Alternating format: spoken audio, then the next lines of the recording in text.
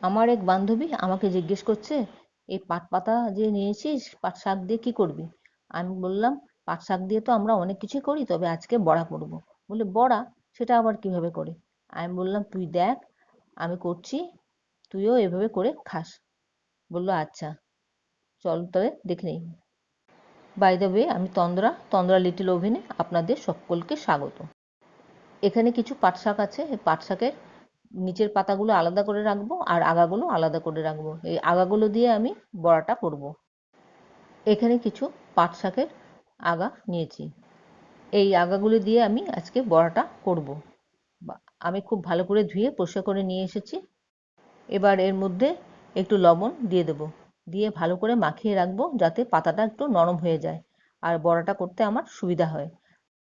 এবার ঢাকা দিয়ে খানিকক্ষণ রেস্টে রাখবো। আর অন্য একটা বাটিতে আমি বেসনটা রেডি করে নিচ্ছি। 3 টিস্পুন বেসন নিলাম, 2 চামচ মতন ময়দা নিলাম আর 2 চামচ মতন চালের গুঁড়ো নিলাম। সাথে নিলাম পরিমাণ মতন হলুদের গুঁড়ো আর লবণ।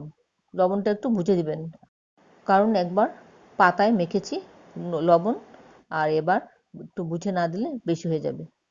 সামান্য একটু জল দিয়ে ব্যাটারটা তৈরি করে নেব। আস্তে আস্তে জল দেব অল্প অল্প করে আর ব্যাটারটা তৈরি করব।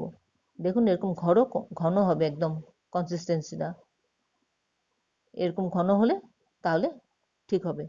এবার একটু কালো জিরা দিয়ে দিলাম, খুব সুন্দর একটা গন্ধ বেরোবে কালো জিরাটা ভাজা হলে সঙ্গে। আর এবার পাতাগুলিকে এরকম মুঠো করে ধরবো, ধরে এরকম চুবিয়ে চুবিয়ে নেব বেসনে। একদম সহজ, সবাই পারবে করতে। এরকম চুবিয়ে চুবিয়ে নিয়ে তারপর ভাজতে শুরু করব। আমি অন্যদিকে প্যানটা বসিয়ে দিয়েছি, তাতে সর্ষের তেল দিয়ে দিলাম, একটু গরম হোক।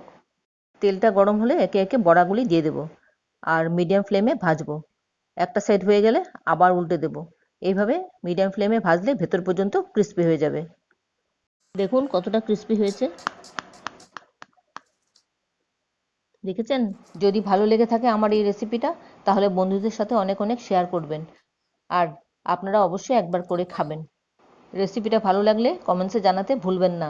আর যারা এখন পর্যন্ত আমার চ্যানেলটাকে সাবস্ক্রাইব করেননি, প্লিজ প্লিজ আমার চ্যানেলটাকে সাবস্ক্রাইব করে নেবেন আর ফেসবুক থেকে দেখে থাকলে ফলো করে নেবেন। তাহলে আসি বন্ধু, আবার দেখা হবে পরবর্তী রেসিপিতে। ভালো থাকবেন সবাই। নমস্কার।